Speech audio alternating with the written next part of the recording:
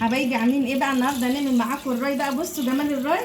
لقيت واحد قاعده كده من بتوع السمك بالحله، اشتريتهم منها وقلت اخليهم معاكم. بصوا جمالها عامل ازاي، بصوا حمرا ازاي، بصوا. نخلينا معاكم بقى نغسلها حلو ونسيبها تتصفى حلو قوي. نغسلها مرتين ثلاثه كده في الصفه ونحيقها معاكم.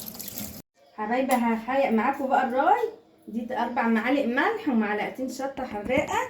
هنحط الاول هنا في البرطمان شويه ونفضيها بس نخليها لما نشفت خالص. نرش عليها الملح والشطه ونقلبهم حلو.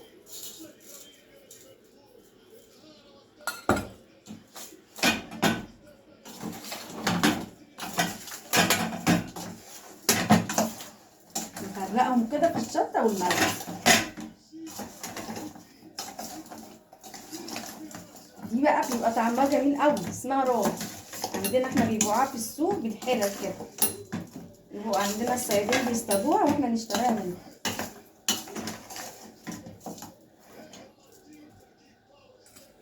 نعبيها بقى في البرطمان.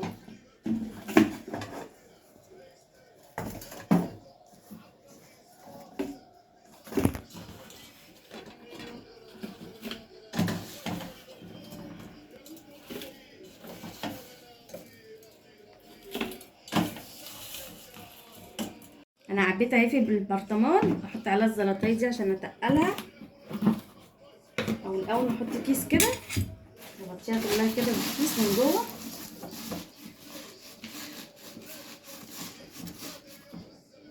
الزلطايه دي انا غسلاها ومخليها على طول للمخلل او الحاجات دي. نحطها في البرطمان 4-5 ايام وناكل منها. اما افتح عليها واوريها لكم. حبايبي هطلع معاكم بقى الرايه اهي، اوريكم بقى بقت عامله ازاي بعد ما خليناها.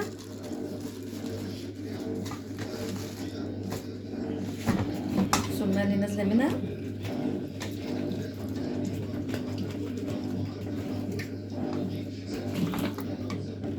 معاكم بقى واحده.